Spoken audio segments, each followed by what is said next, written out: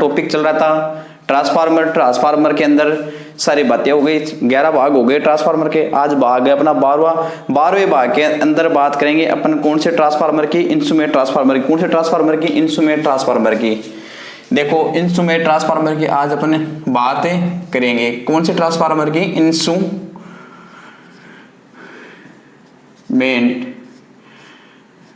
Transformer होता क्या है, ये किस हिसाब से काम करता है, इसमें कौन कौन सी बातें आएंगी, ये सारी बात आज अपन करेंगे। कौन से ट्रांसफार्मर की? इंस्ट्रूमेंट ट्रांसफार्मर की। इंस्ट्रूमेंट ट्रांसफार्मर वह ट्रांसफार्मर होता है जो उच्च वोल्टेज उच्च धारा के साथ मापक यंत्रों के साथ में काम करता हो, उसे कौन सा ट्रांसफार्मर कहोगे? इंस्ट्रूमेंट ट्रांसफार्मर की। वह ट्रांसफार्मर जो उच्च वोल्टेज उच्च धारा वह मापक यंत्रों के साथ में काम करे, उनको कहेंगे क्या? Instrument transformer. इंस्ट्रूमेंट ट्रांसफार्मर की आगे बात करें तो भाई आगे इसकी बात हो जाती है कि इसमें दो प्रकार हो जाते हैं, सीटी व पीटी। सीटी व पीटी से पहले अगर बात करिए इसके अंदर कौन कौन से मापक यंत्र काम में होते हैं, जैसे ammeter, volt meter, energy meter, watt meter आपका इसके अंदर होते हैं, क्या आते हैं। तो अगर अपन बात करें क्या इंस्ट्रूमेंट ट्रांसफार्मर की अगर परिभाषा की अगर बात करें तो यहां से एक लाइन लिखना,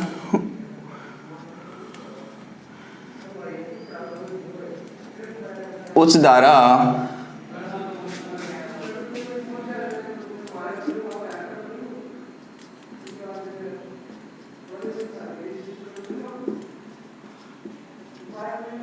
उच्च वोल्टेज के साथ में मापक यंत्र। ठीक है, ये मापक यंत्र का सहायक होता है क्या? मापक यंत्र का ये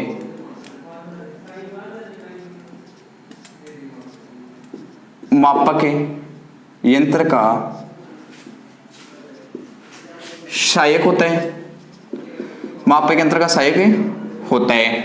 अब इसमें कौन कौन से मापक यंत्र आते हैं? देखो मापक यंत्र की अगर बात करें तो इसके अंदर आ जाता है एमीटर, वोल्ट मीटर और एनर्जी मीटर। क्या?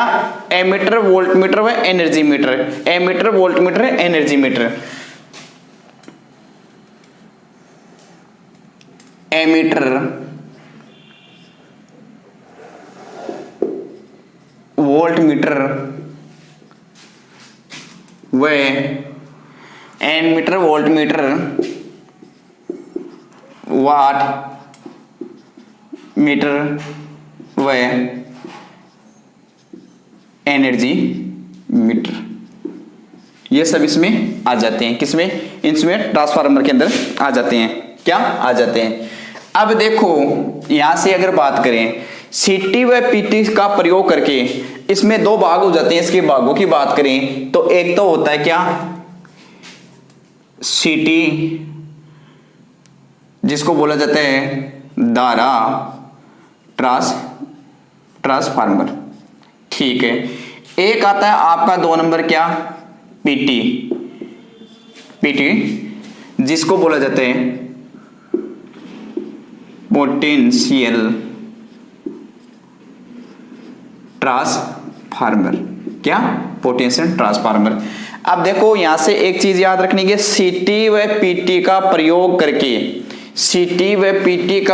करके आप एसी के केवल आपको ये ध्यान रखना चाहिए सीटी ट्रांसफार्मर कोई सा भी हो वो हमेशा एसी पर ही काम करेगा।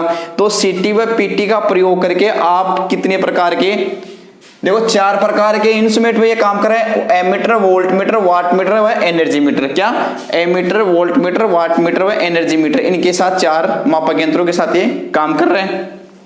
अब ये 4 ही मापन करेगा। क्या? ये 4 ही मापन करता है। इंस्ट्रूमेंट ट्रांसफार्मर 4 ही मापन करता है। क्या? 4 ही मापन करता है। कौन सा? इसके सीटी व पीटी का आप प्रयोग करके एसी का उच्च वोल्टेज, उच्च धारा, उच्च पावर व उच्च एनर्जी का मापन कर सकते हो। क्या? यहां से एक लाइन लिखना कि सीटी व पीटी का प्रयोग करके, सीटी व पीटी का प्रयोग करके एसी के उच्च धारा उस द्वारा उच्च वोल्टेज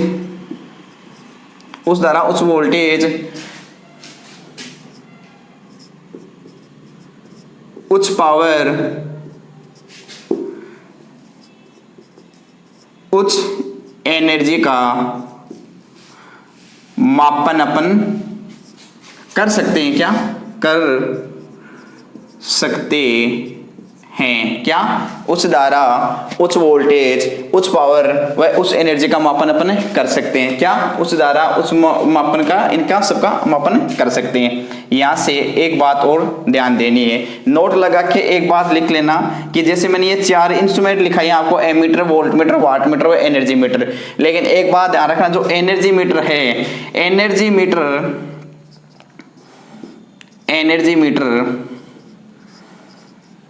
केवल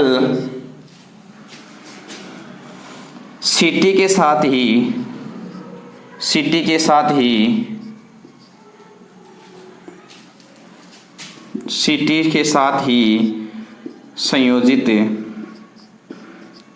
संयोजित किया जाता है। किसके साथ? सीटी के साथ ही संयोजन इसका किया जाता है। अब इसके बाद में अगर बात करें आप, तो आपका इंस्ट्रूमेंट ट्रांसफार्मर की बेसिक सी बात हो गई। अब आगे अगर बात करते हैं किसकी, कौन से ट्रांसफार्मर की? ये 2 ट्रांसफार्मर होते हैं, एक तो सीटी व पीटी। तो अपन अगर इसकी बात करें आगे, तो अपन लेते हैं सीटी ट्रांसफार्मर। कौन सा? धारा ट्रांसफार्मर है। तो यहां से अगर मैं बात करूं किसकी, सीटी ट्रांसफार्मर की अगर बात करें अपने, तो यहां से पहला ट्रांसफार्मर लेते हैं अपन, सीटी ट्रांसफार्मर। सीटी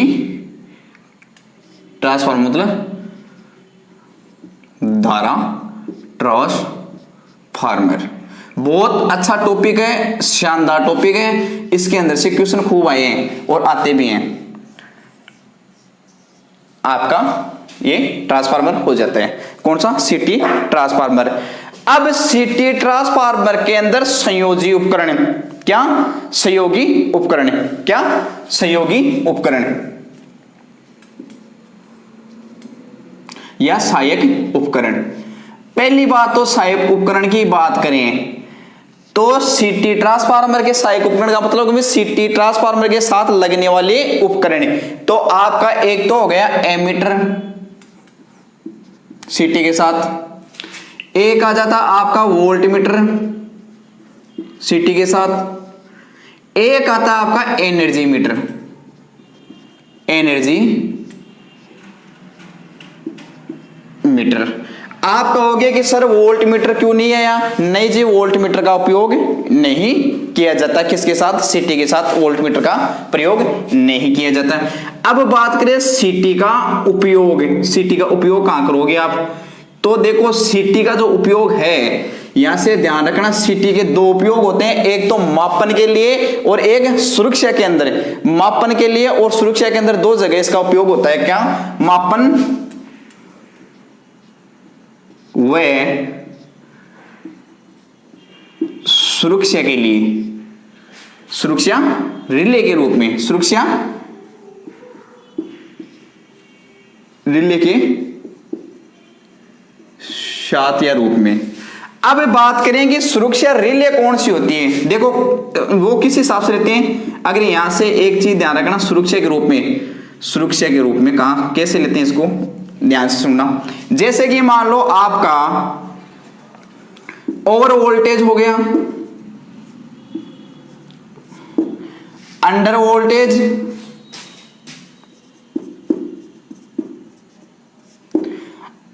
ओवर धारा, धारा, अंडर धारा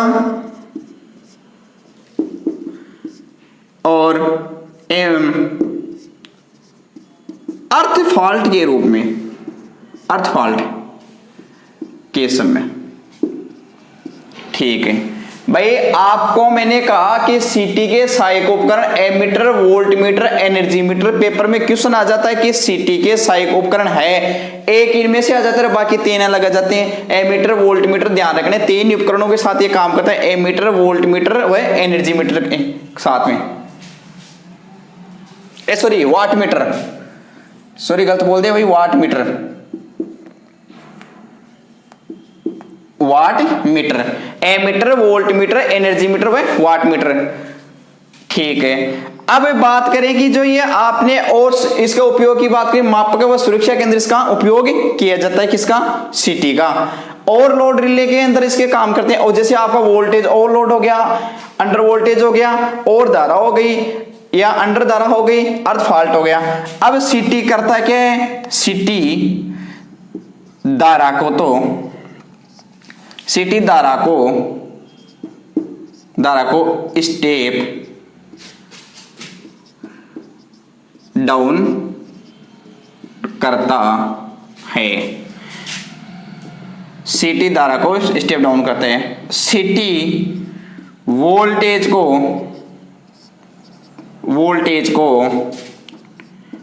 स्टेप अप करता है। सीटी करता क्या है? धारा को तो करता है स्टेप डाउन और वोल्टेज को करता है स्टेप अप। अब आप ये पूछ सकते हो कि सर क्यों करता है? कारण है इसका। कारण यही है कि आपने स्टेप अप और स्टेप डाउन ट्रांसफार्मर पढ़े थे कि जिसके अंदर सेकेंडरी के अंदर टर्न्स की संख्या घटा दी जाएगी तो वो तो हो जाएगा स्टेप डाउन, और स्टेप डाउन के अंदर स्टेप डाउन में हो क्या जाता है? जैसे मान लो आपने सेकेंडरी के अंदर कर दिया क्या? टर्न्स की संख्या, और प्राइमरी में अधिक कर दिए, तो वहां धारा का मान अधिक हो जाएगा और वोल्टेज का मान कम हो जाएगा। ठीक है, धारा का अधिक हो जाएगा और वोल्टेज का मान कम हो जाएगा। और आपने अगर प्राइमरी के अंदर क्या किया? टर्न्स की संख्या कम कर दी, और सेकेंडरी के अंदर आपने क्या कर दिया? टर्न्स बढ़ा दिया, तो वहां वोल्टेज अधिक हो जाएगा, उसे बोल देंगे स्टेप अप ट्रांसफार्मर। तो इसमें करता क्या है? होता क्या है? तो ध्यान रखना, प्राइमरी वाइंडिंग के अंदर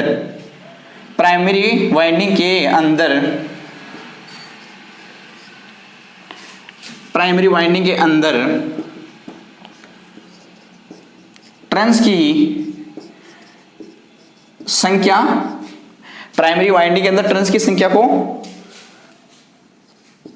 कम किया जाता है। प्राइमरी वाइंडिंग के अंदर टर्न्स की संख्या कम किया जाता है। अब यहीं से एक बात ध्यान रखना, क्या? प्राइमरी वाइंडिंग के टर्न्स की संख्या, लेकिन सीटी ट्रांसफार्मर की प्राइमरी वाइंडिंग कैसे होती है? यहीं से एक लाइन लिख लेना भाई प्राइमरी वाइंडिंग की। इसकी प्राइमरी वाइंडिंग मोटे तार व कम लपेट की होती है। मोटे तार कम लपेट की होती है। फिर आगे की अगर बात की जाए, यहां से कौन से सीटी ट्रांसफार्मर के बारे में बताया जा रहा है, बाकी की मैं इसको थोड़ा सा साफ कर देता हूं। आपने देख लिया होगा, वीडियो को बैक करके स्क्रीनशॉट ले लेना। अब सीटी ट्रांसफार्मर की सेकेंडरी वाइंडिंग की अगर बात की जाए, कौन सी सेकेंडरी वाइंडिंग? सेकेंडरी वाइंडिंग में होता क्या है? टर्न्स की संख्या अधिक होती है। अब यहीं से एक बात और ध्यान रखना, सेकेंडरी वाइंडिंग पतले तार अधिक टर्न्स की बनाई जाती है। सीटी की पतले तार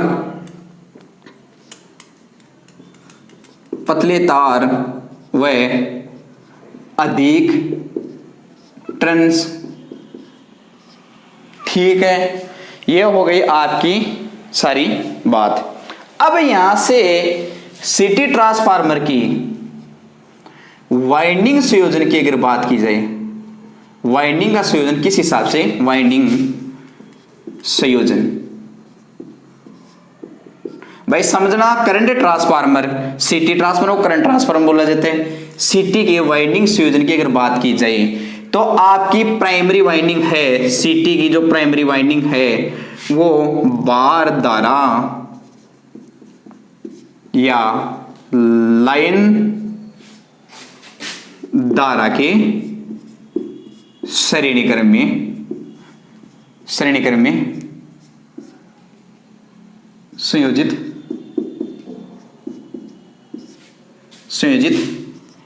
होती है। लाइन धारा बार धारा बात एक ही है, उसके साथ में संयोजित की जाती है। सेकेंडरी वाइंडिंग को क्या, सेकेंडरी वाइंडिंग को सीटी की सेकेंडरी जो वाइंडिंग है, प्राइमरी का मतलब पी का मतलब प्राइमरी, डब्ल्यू का मतलब वाइंडिंग, एस का मतलब सेकेंडरी, डब्ल्यू का मतलब वाइंडिंग। क्योंकि पूरी लिखने से कोई मतलब बात नहीं है, आप समझना इस बात को। यहाँ से या प्राइमरी वाइंडिंग कहाँ जुड़ी होती है, एमीटर के साथ में, एमीटर के साथ संयोजित किया जाता है। और एमीटर के साथ में संयोजित किया जाता है। एमीटर की रेंज होती है क्या, 0.5 या 0.1। ठीक है, बात को ध्यान रखनी है कि भाई आप जो एमीटर सिटी ट्रांसफार्मर में एमीटर काम में लेते हो उसकी रेंज होती है कि 0 से लेके पॉइंट नहीं है, 0 से लेके 5 तक क्या, और 0 से लेके 1 तक के भी ले सकते हैं, और 0 से लेके 5 तक का भी ले सकते हैं, 5 एम्पीयर तक का भी अपन मापन कर सकते हैं।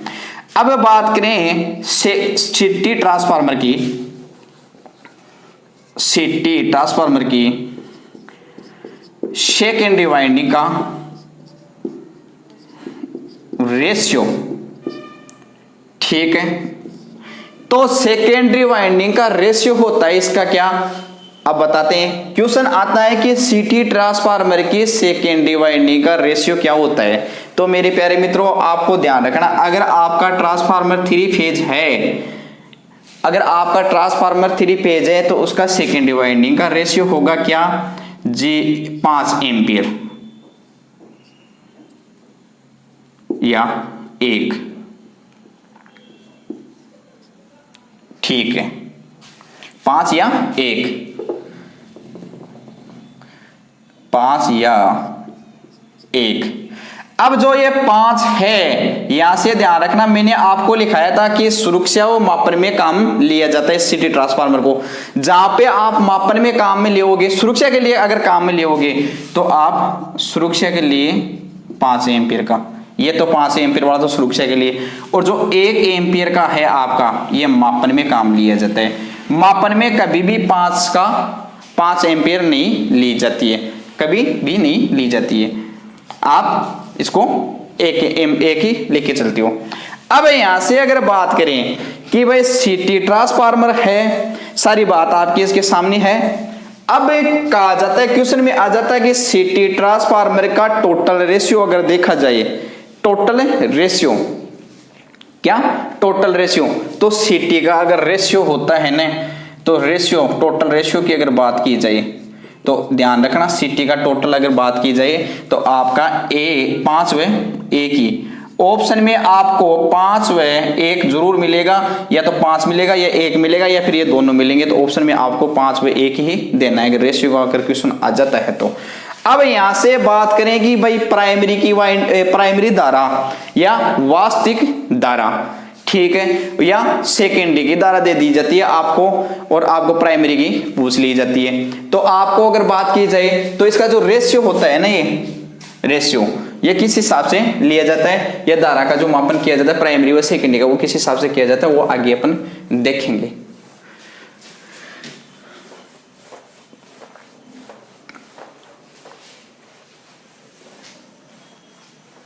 अगर यहां से वास्तविक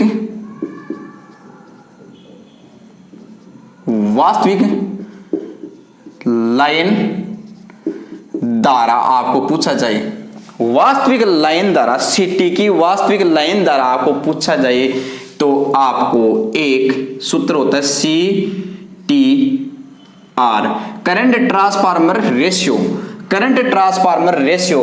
और रेशियो से एक बात ध्यान रखना, जो ये रेशियो निकलता है ना, आपको पता होना चाहिए, जो पहले होता है कि IP/IS, प्राइमरी की धारा का प्राइमरी व सेकेंडरी की धारा का, दोनों धाराओं का अनुपात ही रेशियो आपका कहलाता है।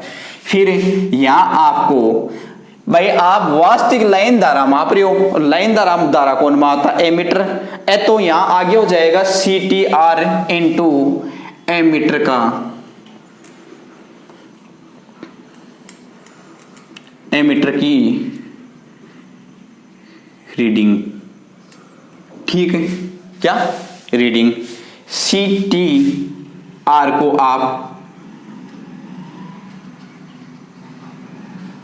गुणांक घटक भी कहते हो, क्या हिंदी में इसको गुणांक घटक भी कहते हो, इनटू ये एमीटर की रीडिंग है।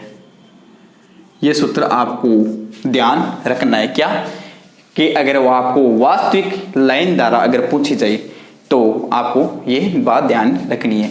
अब वास्तविक लाइन धारा निकालने के लिए CTR का रेशियो आपको पता होना चाहिए। जैसे कि मान लो रेशियो किस हिसाब से निकलोगे? प्राइमरी धारा 6400 है, सेकेंडरी धारा आपकी 5 एम्पियर है, जो मैंने बताई है अभी यहाँ। ठीक है, यहाँ से अगर निकाला जाए लगभग तो ये 1240 के समथिंग आ जाता है। ठीक है, तो उसको बोला जाता है क्या? CTR। किसको? इस 1240 को। अगर आप इसका भाग देके निकालोगे ना प्राइमरी धारा के अंदर सेकेंडरी धारा का अगर भाग दोगे तब जाके आपका रेशियो निकलेगा। ठीक है, पेपर में आया हुआ UPVCL का जो पिछली बार पेपर लगा था उसमें वास्तविक धारा के बारे में पूछा गया था। ये सूत्र आपको साफ साफ अक्षरों में दिया हुआ था और उसमें क्यों ने गलत किया था। अगर आगे बात करें, आपने अगर सिटी ट्रांसफार्मर के साथ में क्या सिटी ट्रांसफार्मर के साथ में अगर एनर्जी मीटर लगा दिए तो वहां से एक सूत्र अलग से बन जाता है। क्या? एनर्जी मीटर वाला सूत्र अलग बन जाता है। ये CTR तो रहेगा ही रहेगा। वहां आपने यहां धारा लंबापन के लिए क्या काम में ले रहे हो? एमीटर। वहां क्या लोगे? एनर्जी का मापन के लिए क्या लोगे आप? एनर्जी मीटर है, तो इसलिए वहां एनर्जी मीटर के पाठ्यांक आ जाते हैं। तो यहां वास्तविक खपत ऊर्जा का अगर सूत्र पूछा जाए तो आपको CTR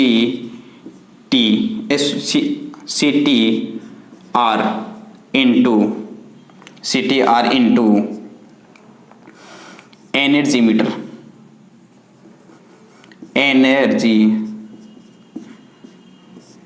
की रीडिंग। ठीक है, ये आपका इसका सूत्र हो जाता है। ठीक है जी, यहां से बात आपकी आनी समझ में चाहिए। जैसे कि आपकी प्राइमरी धारा 6400 है और आपके एनर्जी मीटर की रीडिंग आती है कि मान लो दिन के अंदर 100 यूनिट खत्म करता है और मान लो सेकेंडरी धारा आपकी या आपका ट्रांसफार्मर रेशियो हो जाता है तो गुणा कर लेते हैं, मान लो 100 यूनिट खर्च हो जाती है। इस हिसाब से इसका ये रेशियो ले लेते हैं, उसको गुणा में कर लेते हैं। क्या? गुणा में कर लेते हैं। अब यहां से एक चीज और बता देते हैं आपको। भाई देखो सिटी ट्रांसफार्मर है, इसको पूरा देखना आपको वीडियो और खूब क्वेश्चन निकलेंगे इसके, ये सारे क्वेश्चन ही है इसके। अब इसमें हो क्या जाता है इस ट्रांसफार्मर के अंदर, मैंने कहा आपको कि इस ट्रांसफार्मर को अपन सुरक्षा के रूप में भी काम लेते हैं। तो इसकी कुछ बातें हैं मोस्ट वो मैं वापस यहां से एक बार मिटा के दोबारा आपको बता देता हूं कि नोट डाल के एक बात जरूर लिख लेनी है।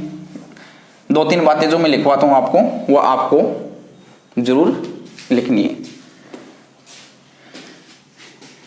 नोट लगा के आपको लिखनी है ये बात कि सिटी ट्रांसफार्मर की सेकेंडरी वाइंडिंग को कभी भी ओपन नहीं रखना है। अब क्यों नहीं रखना है इसका जवाब भी, इसका भी एक कारण होता है। क्योंकि ओपन रखने पर सेकेंडरी वाइंडिंग सैचुरेट नहीं होगी। क्या? सेकेंडरी वाइंडिंग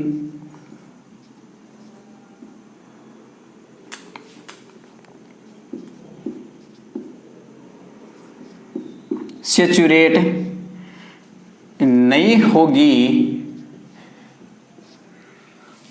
जिससे ट्रांसफार्मर फट सकता है, इसलिए आपको सेकेंडरी वाइंडिंग को सैचुरेट करने के लिए आप उसको शॉर्ट करना जरूरी है। क्या शॉर्ट करना जरूरी है? क्यों? वाइंडिंग को सैचुरेट करने के लिए। अब आपकी एक होती है क्या, इसके अंदर एक ट्रांसफार्मर अलग से लिया जाता है। कौन सा ट्रांसफार्मर काम में लिया जाता है? एक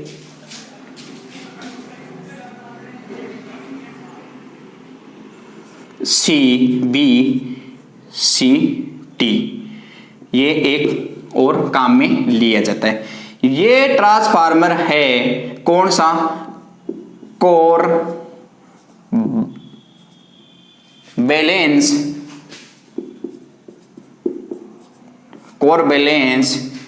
current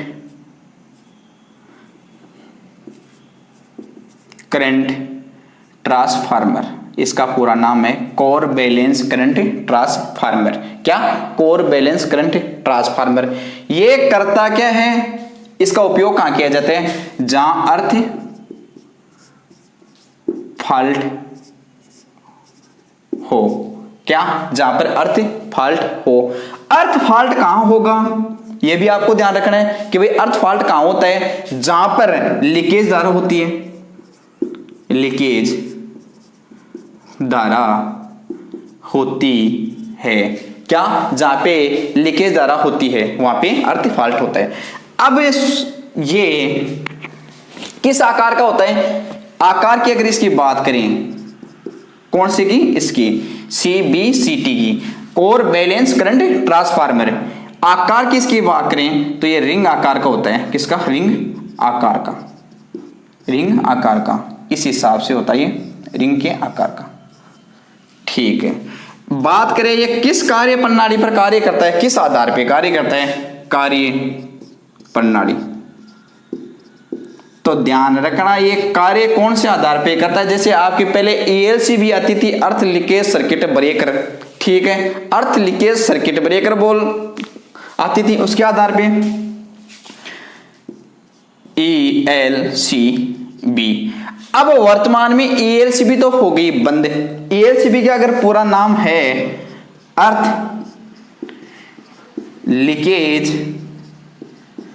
circuit breaker.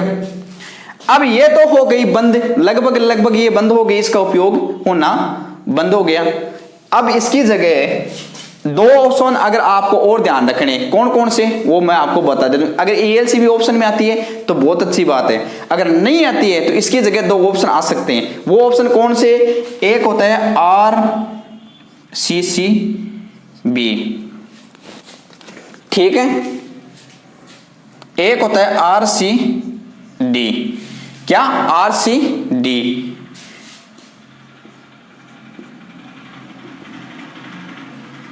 Residual current circuit